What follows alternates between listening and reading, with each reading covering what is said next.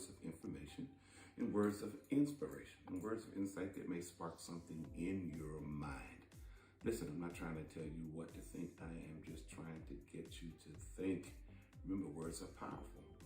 So remember, it only takes a few words to start a fire. So let's spark it up.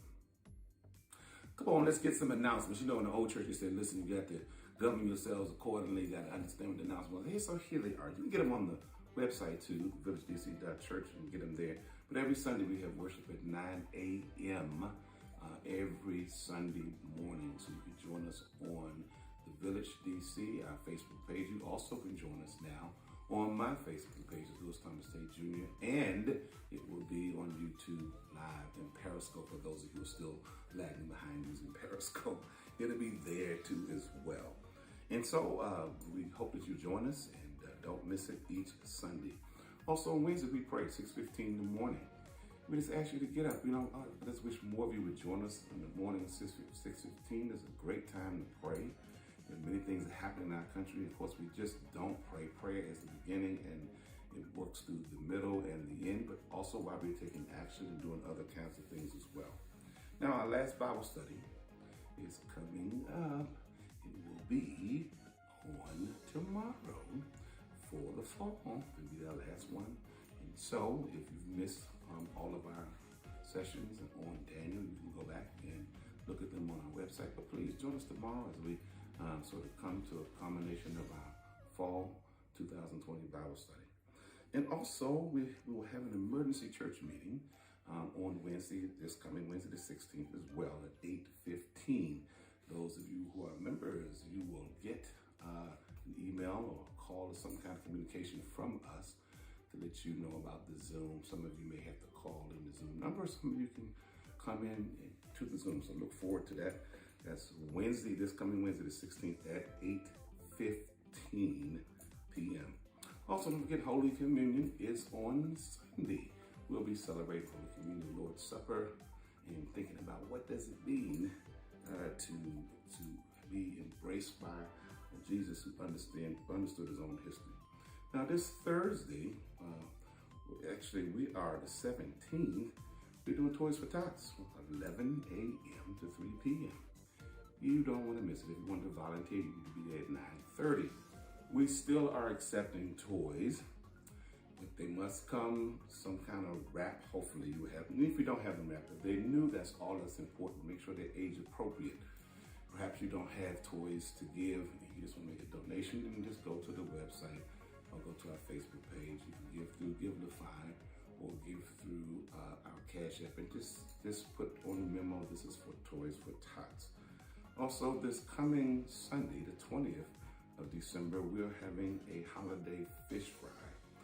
And we are so grateful for Pick Up the Pieces, which is a business that Pastor Hart runs. So we'll be giving out free fish on that day from 11 to 1 and some other goodies. So tell all of your friends we'll be right in the Benning Terrace area, probably adjacent across from the church, 4625 G Street Southeast. That's Sunday. Don't miss it. 11 to 1.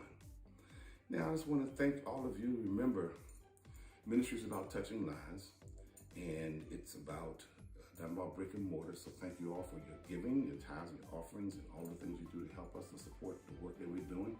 Every week, some of you give, and some of you give once a month, or whenever you give. We certainly appreciate it. You can always give through the Cash App or through Givelify. Either one of those, you can find those on our website, which is villagedc.church. So ministry is about touching lives, not about the brick and mortar. The village is in the business of touching lives. That's ministry, and that continues to be done. Listen, tonight, I hope you're sitting down and got your favorite cup of coffee or tea. Perhaps maybe you have a little glass of wine and chilling out from the day. Just don't get inebriated, or whatever beverage or whatever you're doing. Sitting back, just taking it easy. I just want to talk about numb. I can't feel. Numb. You know what it means to be numb, don't you? Have you ever felt numb? You stopped feeling. You know, you checked out of a relationship a long time ago, or friendship, because you got so numb from all the excuses and the lies, and numb from just the broken promises and let down so many times. So you get numb. You can't feel anymore because you've been so disappointed, and then you just stop having any expectations that anything is going to change, or you just stop feeling. And that's a really sometimes bad place to be, because sometimes it kind of runs or bleeds into other relationships where you just become numb to feeling. And you just stop really caring about, sometimes some people stop caring about themselves, but just stop caring about other people. So America sort of seems to be in a state of numbness, if you will, in my estimation. And we can't afford to be numb and reside in the zone of I can't feel. Listen, there have been over 300,000. I'm going to say that number again, 300,000 people who have died because of COVID-19.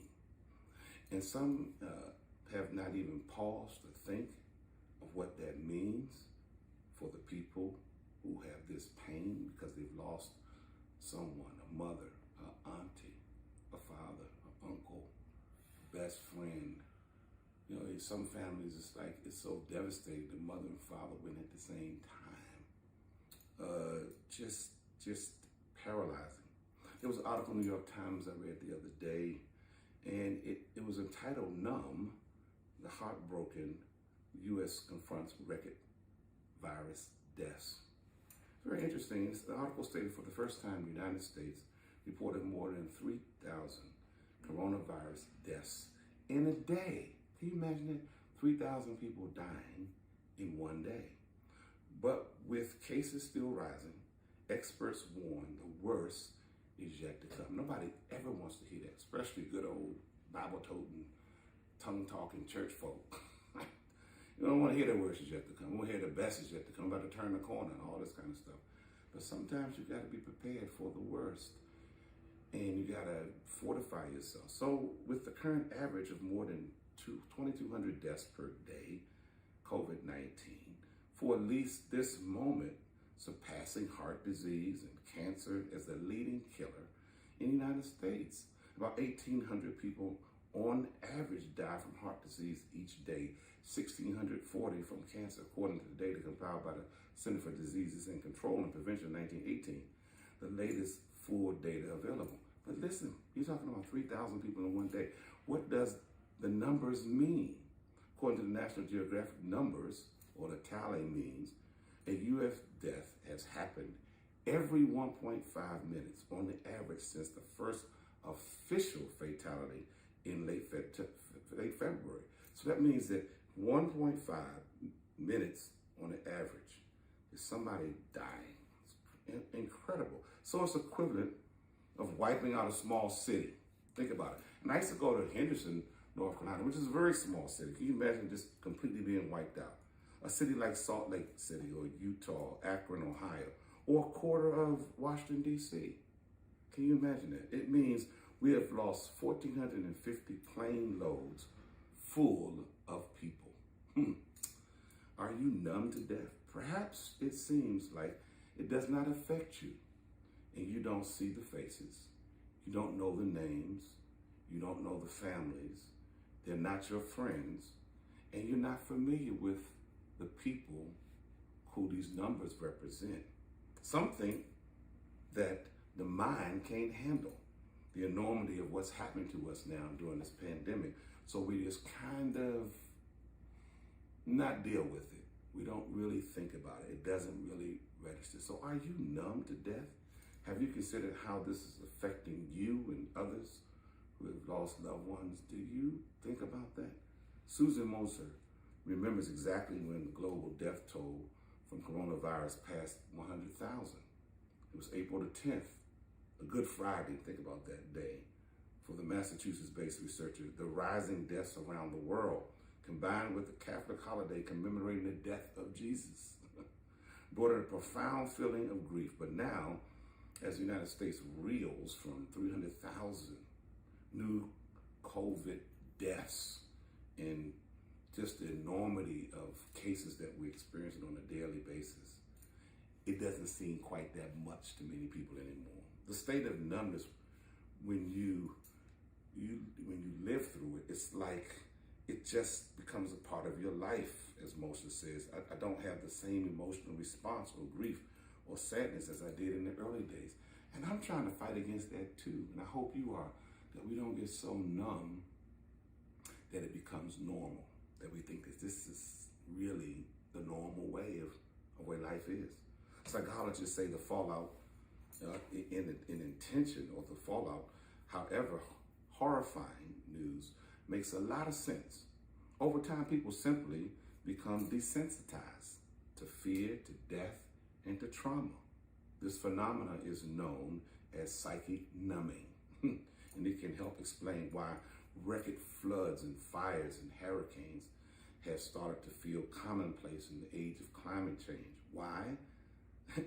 Because despite more than 3,000 Americans have died, 300,000 have died, and 3,000 last Wednesday alone, some are tuning the pandemic out.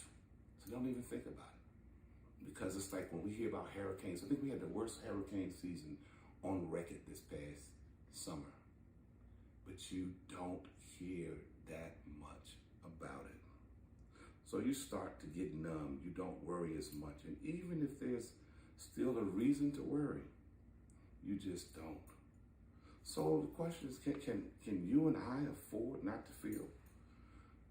We must fight being numb. I'm trying to tell you, we must fight this pain that this pandemic is bringing on. And systemic problems, it helps to explain why some people don't want to talk about systemic racism or sexism or classism, because they get numb to hearing about it and they just dismiss it. Listen, you and I may not understand why people disconnect from horrific problems like pandemics and genocides and politicians inciting wars on its own citizens or climate change. But you and I cannot afford to be numb and reside in the zone of I can't feel. You must feel for those who are suffering, feel for those who have lost their mothers, feel for those who have lost their fathers, their uncles, feel for those who've lost their sister, their best friend, feel for those who lost their brothers, feel for those health workers who put their lives on the line, while many of the politicians refuse to help them to live a better life. Feel for those whom you don't know. Feel for all of humanity, the life and the breath that ceases. Listen, you and I cannot afford to reside in the zone if I can't feel. So have a good evening. Thank you for joining me.